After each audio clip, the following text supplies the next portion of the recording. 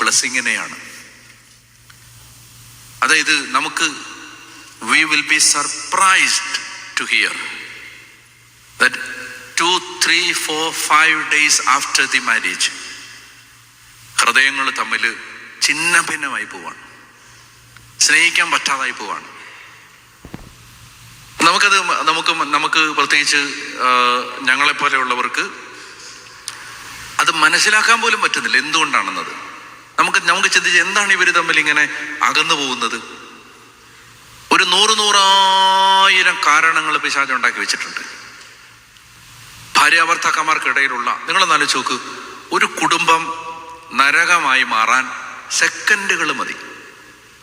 ഭാര്യയും ഭർത്താവും തമ്മിലുള്ള ഹാർമണി പോയാൽ വേറെ എന്തെല്ലാം ഉണ്ടെന്ന് പറഞ്ഞാലും ആ കുടുംബം അതോടെ തീർന്നു. ആ കുടുംബത്തിൽ പിന്നെ ഒരു സ്പിരിച്വാലിറ്റി കൊണ്ട് മാത്രമേ നമുക്ക് ജീവിച്ചു പോകാൻ പറ്റും. ഒരു ആത്മീയത ഉണ്ടെങ്കിൽ സർവൈവ് ചെയ്യാം. അതോടുകൂടി തീർന്നു.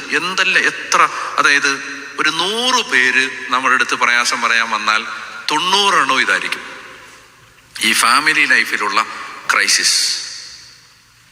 അപ്പൊ ശരിക്കും ഒത്തിരി വേദനയോടെ വില കൊടുത്തും വിഷമിച്ചും വേദനിച്ചും ഒക്കെ ദൈവത്തിന്റെ സന്നിധിയിൽ പ്രാർത്ഥിക്കേണ്ട ഒരു മേഖലയാണ്. അതായത് നല്ല കുടുംബങ്ങൾ ഉണ്ടാവണം. 100% happy family is A myth. ഞാൻ എന്താ പറഞ്ഞേ? 100% happy family is A myth. അങ്ങനെ ഇല്ല.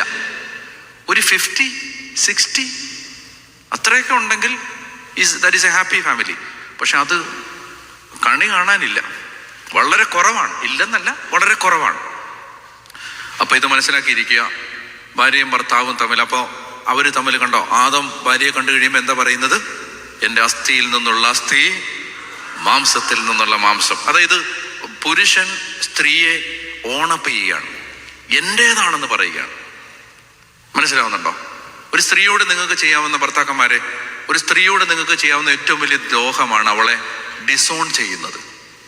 മനസ്സിലായി? അമ്മായിമ്മയുടെ മുമ്പിൽ, അമ്മായിപ്പൻ്റെ മുമ്പിൽ, ബന്ധുക്കളുടെ മുമ്പിൽ, മക്കളുടെ മുമ്പിൽ ഡിസോൺ ചെയ്യരുത്.